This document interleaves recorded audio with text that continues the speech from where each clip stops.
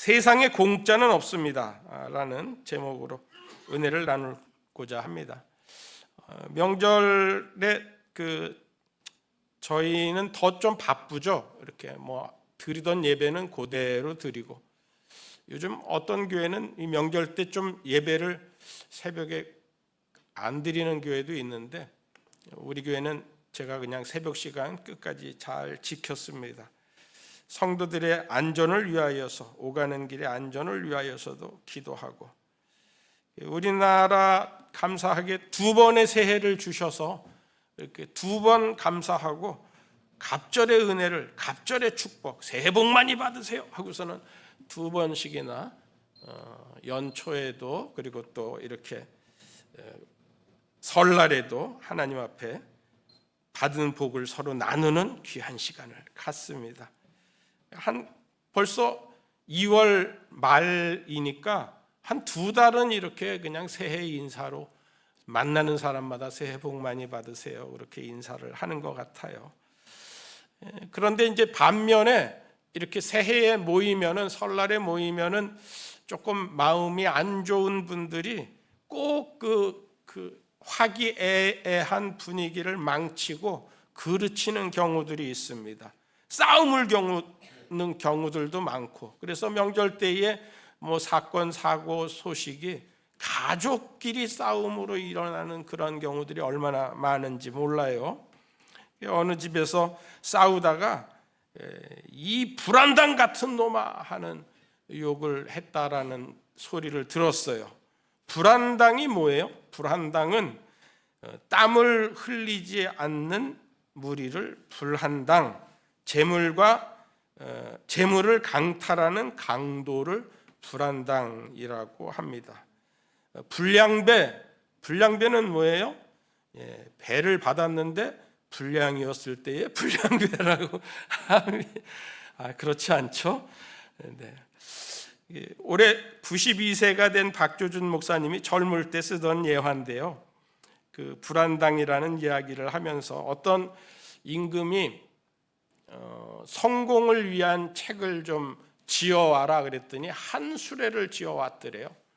그래서 이거를 언제 다 읽느냐, 한 권으로 만들어 와라 그랬더니 신하들이 가서 한 권을 각 분야별로 성공하는 케이스들을 딱 해서 한 2000페이지 넘도록 그렇게 해서 가지고 왔어요, 책을. 이것도 언제 다 읽느냐, 성경보다도 더 두껍구나, 한마디로 표현을 해봐라 그랬더니 밖에 있는 모든 사람들이 모여서 고민해서 낸 딱 한마디가 오늘 설교의 제목입니다. 세상에 공짜는 없습니다. 이렇게 땀 흘려서 성공을 할 수 있다라는 이야기를 했다라고 예화를 쓰셨습니다. 데살로니가 교회에 그런 일이 있는 거예요. 예수님께서 부활 승천하신 이후에 예수님께서 제자들에게 예루살렘과 온 유대와 사마리아와 땅끝까지 이르러 내 증인이 되라 라고서는 전도의 명령, 내가 세상 끝날까지 너희와 항상 함께 있으리라 하고 너희는 가서 모든 족속을 제자로 삼으라라는 그러한 명령을 내리셨습니다. 베드로와 모든 사도들이 정말 목숨을 걸고서는 복음을 전하는 내용들이 우리 성경에서 보지 않습니까? 그렇게 목숨을 내걸고서는 복음을 전하는데, 사도행전 6장처럼 어떤 때에는 막 헬라파, 히브리파 과부들이 그 구제에 빠지기도 하고 그러는 거예요. 당시 예루살렘 교회라든지 모든 교회들은 유무상통에 대한 마음들이 있었거든요.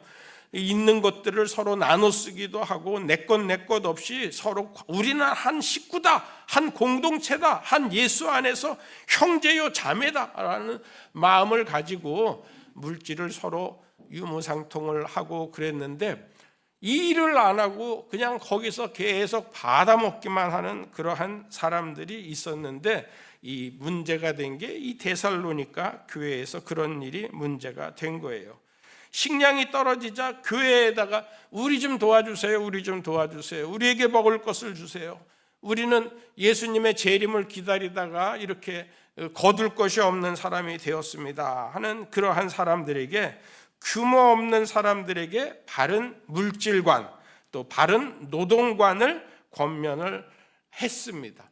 예수님이 승천하시면서 우리들에게 다시 살아나리라 라는 말씀을 데살로니가 전서에 전해준 지 얼마 안 돼서, 몇 달 안 돼서 다시 이 데살로니가 후서를 쓰면서 성실하게 일해야 된다, 게으르지 말아야 된다라는 것을 강조를 한 거죠. 성결하고 인내로서 주의 날을 기다려야 되는데 너 앞가림을 할 수 있는 사람이 되어라 라는 것을 이야기를 하는 겁니다.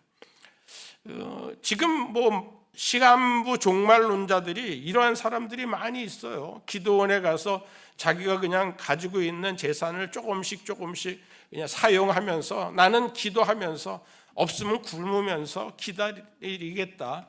제가 기도원 열심히 다닐 때에도 기도원에서 그냥 밥 안 주면은 계속 옆에서 졸고 있고 막 쓰러지는 연기도 하고 그러면서 밥을 달라는 사람들도 보기도 하였습니다.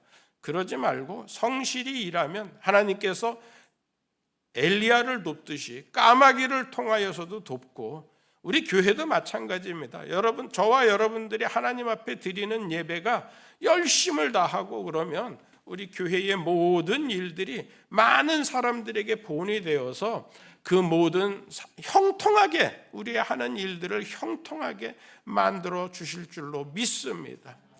경제적으로 어려운 때에, 또한 육신으로 연약한 때에 우리의 몸을 위하여서, 또 우리의 모든 물질을 위하여서 힘쓰고 성실하게 하는 그 모든 노력들을 하나님께서는 과정도 귀하게 보신다라는 거죠. 기도가 이루어지지 않는다고, 자녀의 결혼을 위하여서 기도했는데 왜 하나님 들어주시지 않습니까? 10년도 더 됐습니다 하고서는 그런 분들도 있어요. 열심히 기도하면 하나님께서 반드시 그 기도를 들어주시는 줄 믿습니다. 세배 드릴 때 뭐라고 여러분들 말씀하셨어요? 새해 복 많이 받으세요, 건강하세요 하는 게 새해 문안 인사잖아요. 옛날에는 백수하세요, 만수무강하세요 하는 그러한 어구도 좀 사용을 했었는데 요즘은 이제 그런 어구는 다 달아난 거 없어진 것 같아요. 제가 여러분들한테 연초에 새해 키워드 7가지를 드렸어요. 기억나세요? 건강, 안정, 풍요, 성공. 여기에서 성공은 인생 긴 과정을 성공하는 것이 아닌 한 가지 한 가지의 프로젝트를 성공시켜야 되는 그런 단기간 내의 성과를 이야기합니다. 행복도 마찬가지죠. 우리가 행복을 추구하는 그냥 그 허구상의 행복이 아닌 실질적으로 고난이 닥쳤을 때에 그 고난에 어떻게 대처할 수 있는가, 조지 베일런트 박사가 이야기한 것처럼 그렇게 어떠한 고난이든지 나 이런 일에 닥칠 것을 대처하여서 이것을 준비하였어 라고서는 딱 내놓을 수 있는 그러한 고난에 대처하는 방어 기제가 바로 행복이라는 거예요. 그 다음 6번째는 네트워크. 사람들과의 관계를 맺는데 나를 위하여서 내가 어려운 일 당했을 때에 나를 도와주리, 내가 죽었을 때에 나를 위하여서 울어주리, 그런 사람들이 네트워크를 가지고 나와 함께 내가 돕기도 하고 내가 도움을 받기도 하는 그러한 상호 네트워크가 굉장히 필요하다라고 목표로 삼으라고 이야기를 하였습니다. 마지막 7번째는 자기 개발인 거죠. 나이가 들었는데 무엇을 배우느냐? 특별히 AI가 지금은 다 이 세상적으로 AI를 모르면은 거의 우리가 살아갈 수 없는 세상이 되었잖아요. 그래서 어떻게 해서든지 우리 스마트폰 사용법도 잘 알고 관공서를 갔을 때에도 AI를 사용할 수 있는 그러한 방법. 키오스 그마저도 사용을 못하는 사람들이 얼마나, 저도 그 앞에서 보면 막 부들부들 떨리고 이거 어떻게 주문해야 되지 하는 생각이 드는데, 그것도 열심히 배워보면 습관이 되면 잘 할 수 있다라는 거예요. 이렇게 7가지 새해 소망 키워드를 여러분들한테 말씀을 드렸습니다. 그 중에 첫 번째가 뭐예요? 바로 건강이잖아요. 건강 어떻게 건강하느냐? 세상 사람들은 육체적인 건강을 제일 우선주의로 하지만 저는 여러분들에게 정신적인 건강도 챙기고 정신적인 건강을 넘어서 영적인 건강을 여러분들이 챙겨야 된다. 그 영적인 건강을 위하여서 노력해야 된다라고 권면을 하고 싶습니다. 영적인 건강은 뭐냐? 세상적인 건강은 감성을 긁고 그 사람들한테 어떻게 하면은 우리의 감성이 좀 풍부해지고, 우리의 감성이 좀 넓어지는 그런 사람들을 건강하다라고 하는데, 영적인 건강은 그게 아니에요. 하나님과에 대한 신뢰감이 더욱더 깊어지고 믿음과 사랑과 많은 이웃에게 손을 펴서 또 하나님을 사랑하고 이웃을 사랑하는 그러한 마음이 넓어지고, 그리고 또 소망과 우리 천국에 대한 소망이 확실한, 이것이 나의 간증이요 이것이 나의 찬송일세, 나 사는 동안 영원토록 구주를 찬송하리로다 하는 그러한 찬송이, 고백이 우리의 입술에서 있어야 된다라는 거죠. 하나님께서 아브라함을 부르시고 그 아브라함을 복 주시면서 내가 너로 큰 민족을 이루게 하겠다, 내 이름을 창대하게 하겠다, 그리고 너로 복덩이가 되게 하겠다라는 약속을, 그거를 단시간 내에 이룬 게 아니라 계속해서 아브라함을 훈련시킵니다. 아브라함이 죽고 난 이후에도 이삭과 야곱과 요셉을 통하여서 끝내는 아브라함의 하나님, 이삭의 하나님, 야곱의 하나님 하면서 그 민족을 이룬 이스라엘 백성들이 아브라함을 믿음의 조상으로 알게 하고 아브라함으로 통하여서 아브라함의 자손으로서 복을 받은 것을, 선민이 된 것을, 그 아브라함을 높이지 않습니까?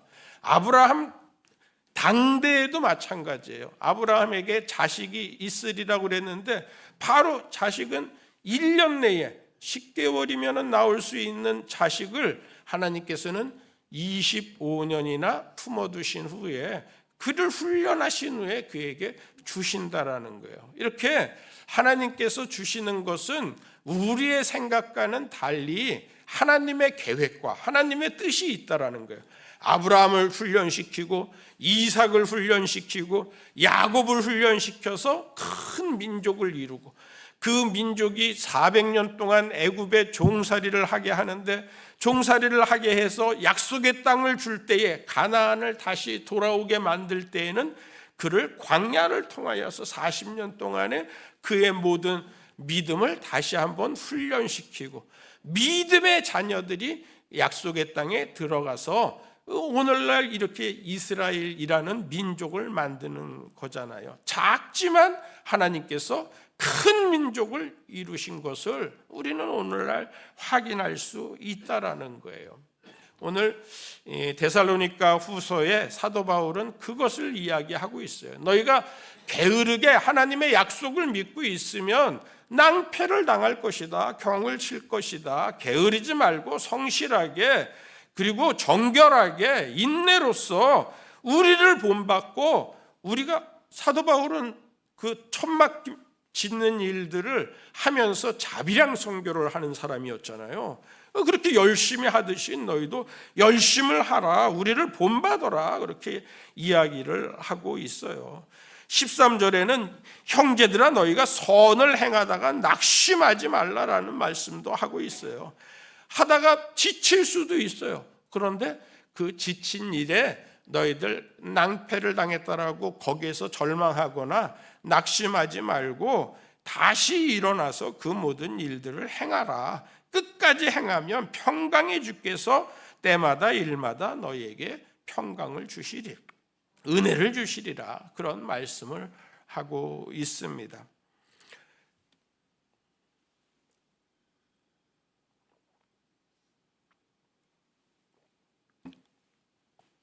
골프 선수 최경주 씨는 아주 유명한 분이잖아요. 그가 젊었을 때 하루에 담배 3갑을 피웠대요. 그런데 하루에 3갑 엄청나죠? 그런데 결혼을 하고 나서 사람이 바뀝니다. 아내의 권유로 교회에 나가게 됐는데, 교회가 최경주 씨를 바꿨는지 아니면은 아내가 최경주 씨를 바꿨는지, 아주 교회에 나가면서부터 결혼하면서부터 금주금연 딱 정했대요. 술 담배를 다 끊고 자기의 경기를 2시에 경기가 있는데, 주일 오후 2시에 있는데 11시 예배를 드리고 그 경기에 나가게 된다라는 그러한 믿음의 사람이 되었다라는 거예요. 새벽 기도도 열심히 했대요. 새벽 기도 열심히 나가고 그 새벽에 자기가 팔굽혀펴기 하루에 150번 이상, 그리고 또 티샷 500개 이상, 그렇게 매일매일 빠지지 않고 훈련을 했더니 그의 모든 삶이, 경기가 술술 잘 풀려가지고서는 형통함을 얻어서 그가 지금의 최경주 선수가 되었다라는 거예요. 그가 가장 전성기 때에 얼마나 놀라운 일들을 이루었습니까? 성실하라, 성결하라, 인내로 고난을 극복하라라는 말씀은 몇 번을 강조해도 변하지 않는 말씀이라고 생각이 듭니다. 우리나라의 그 조선시대에는 유교가 국교였잖아요. 이 유교가 장로교를 정착시키기 위한 최적의 종교였다라는 거예요. 유교가 어떤 나라였냐면은, 우리나라의 도읍을 정할 때에, 한양이라는 도읍을 정할 때에 문을 5개의 문을 정했습니다. 동대문, 서대문, 남대문, 북대문, 그리고 중앙에 보신각, 종각을 세웠죠. 그 내용이 어떤 문들이냐? 동대문의 원래 이름이 흥인문입니다. 어질 인자를 써서 인자하다, 정직하다, 그 다음에 어질다, 선하다, 돕고 나누는 인자를 썼다라는 거예요. 서대문, 돈이문, 오를 의자를 써서 진실하다, 옳다, 의롭다, 정직하다, 이러한 말을 썼다라는 거예요. 남대문은 무슨 문이에요? 숭례문이죠. 남대문은 이 어떤 노인이 진짜로 아주 불태워서 소실될 뻔한 것을 다시 복원시키기도 하였는데, 그 남대문은 숭례문, 예의를 밝히는, 예도래자를 써서 예의, 도덕, 어른을 공경하고 예절을 지키는 그러한 문으로 삼았다라는 거예요. 북문은 숙청문으로 했다가 숙정문으로 바꿨는데, 맑을 청자라든지 고요할 정자라든지 그렇게 썼었는데, 이 풍수지리설에 이 문이 맞지 않다, 이 문이 있으면 안 된다, 사용하면 안 된다, 그래서 그 문을 폐쇄를 시켰어요. 그리고 상명대학교 그 앞에다가 홍지문이라는 지혜 지자를 쓰는 문을 세웠습니다. 그 홍지문은 지금도 그 성곽이 남아져 있는데, 그 지혜 지자를 써서 도리와 선악을 분별하는 지혜를 중요시 여기고 판단력이 있는, 분별력이 있는 것을 중요시 여겼다라는 겁니다. 그 서울에 드나드는 모든 4대 문을 통하여서 드나드는 사람들이 인의 예지를 중요하게 여겼다라는 거죠.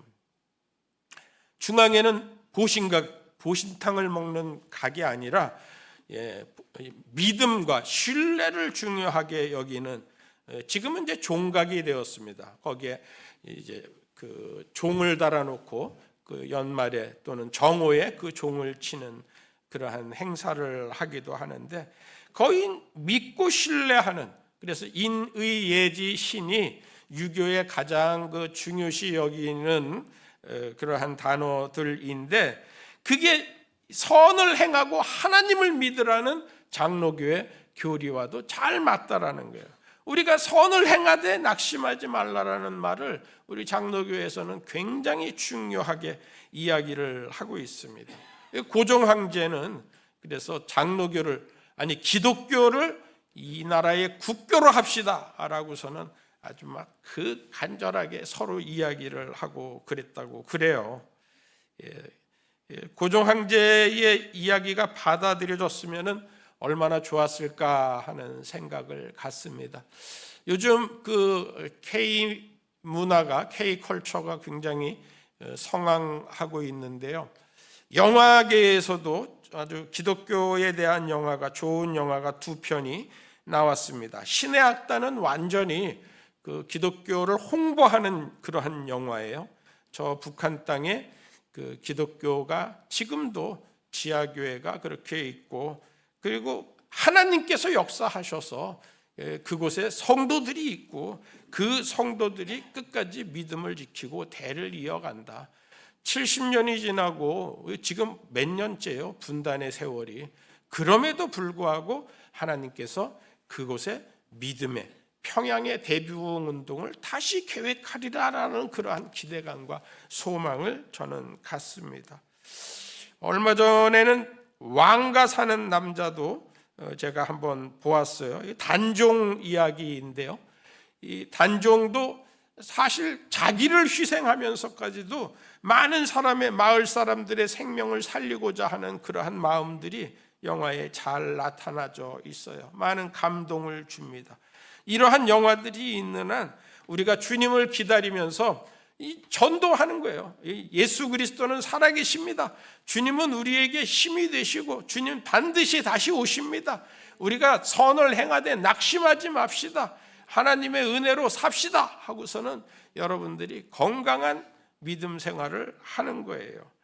제가 시간이 되면은 주 예수 나의 참 소망, 산소망 하는 노래를 부를까 했는데, 이거는 신의 악단 속에서 나오는 노래입니다. 그런데 실로암보다도 더 감동이 되더라고요.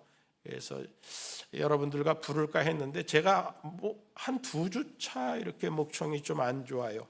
여러분들이 집에 가셔서 찾아서 주 예수 나의 산소망 하는 찬송을 좀 들으면서 은혜를 받으시기 바랍니다. 아주 감동되는 찬송이에요.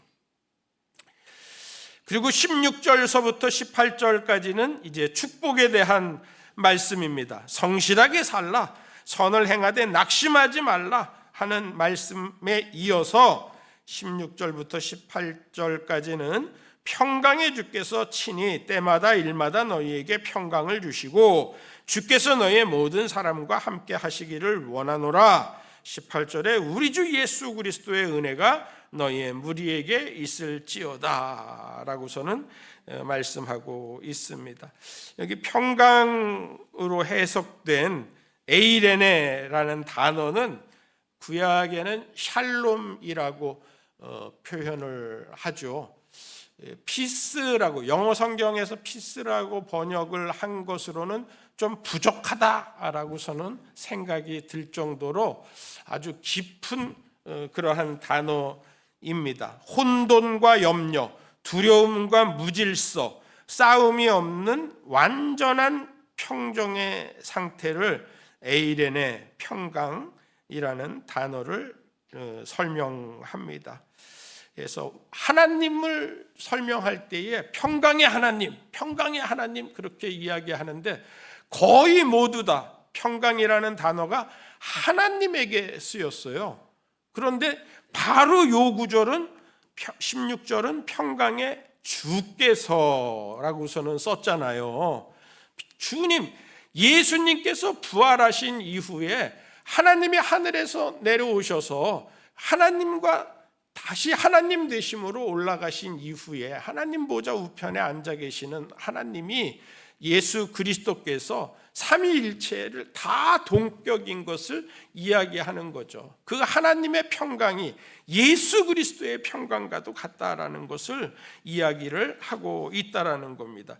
로마서 15장 33절 말씀, 평강의 하나님께서 너의 모든 사람과 함께 계실지어다. 아멘.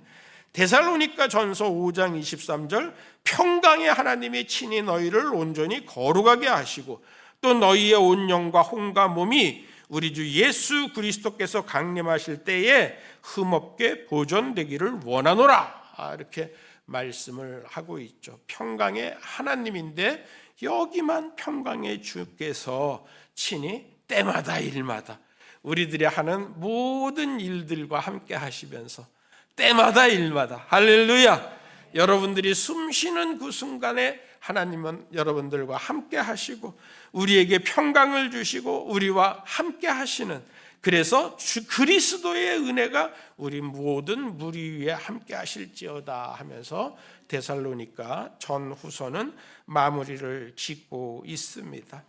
평강이 건강입니다. 평안과 건강입니다. 건강하기를 축복합니다. 그러나 그건 공짜가 아니라는 거예요. 우리에게 영적인 건강을 위하여서 여러분들이 믿음과 사랑과 소망을 품고서는 주를 향한 그 마음을 열심할 때에 그 평강이 우리에게 임한다라는 거예요. 원숭이에게 실험을 했어요. 아프리카 원숭이에게 들판을 뛰노는 원숭이들, 먹이를 자기가 잡아먹어야 되는, 어떻게든지 자기의 먹이를 찾아다녀야 되는 그런 원숭이들과 또 국립공원 안에 철장 안에 갇혀서 매일 양식을 갖다가 주고 그 먹이를 주고 건강을 체크하고 하는 원숭이들을 두었는데 몇 달 후에 보니까 이 둘 사이의 건강이 완전히 차이가 나더라는 거예요. 자기가 먹이를 찾는 원숭이들은 아주 건강한데 먹이를 받아먹는 우리 안에 갇혀 있는 원숭이들은 이 병이 생긴다라는 거예요. 당뇨가 있고 고혈압이 있고 관절염이 생겼다라는 거예요.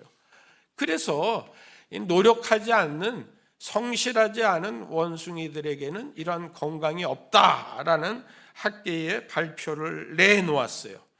제가 여러분들한테 드리는 말씀 세 가지, 이건 제 이야기가 아니라 이 건강에 대한 학자들이 결론을 내리는 세 가지예요. 첫째는 금주금연하면 7년을 더 살 수 있다. 할렐루야, 얼마나 좋아요. 여러분들 술, 담배 대부분이, 아니 전부 안 하실 것 같은데, 두 번째는 열심히 일하면 7년을 더 살 수 있다. 그 다음에 세 번째는 믿음 생활, 감사 생활하면 7년을 더 살 수 있다. 그래서 우리가 오늘 설교 들은 사람들은 내 기대 수명이 100살이다 그러면 121살까지 건강하게, 모세가 120살까지 눈이 흐리지 않고 기운이 쇠하지 않고 하나님의 마음에 합한 사람으로 살아갔는데, 하나님과 대면하여 알던 사람으로 살아갔는데, 저와 여러분들이 이렇게 건강함으로 능력자로서 하나님의 힘을 얻고 능력을 받아 축복받은 장수하는 사람들이 다 되기를 축원합니다. 축원합니다.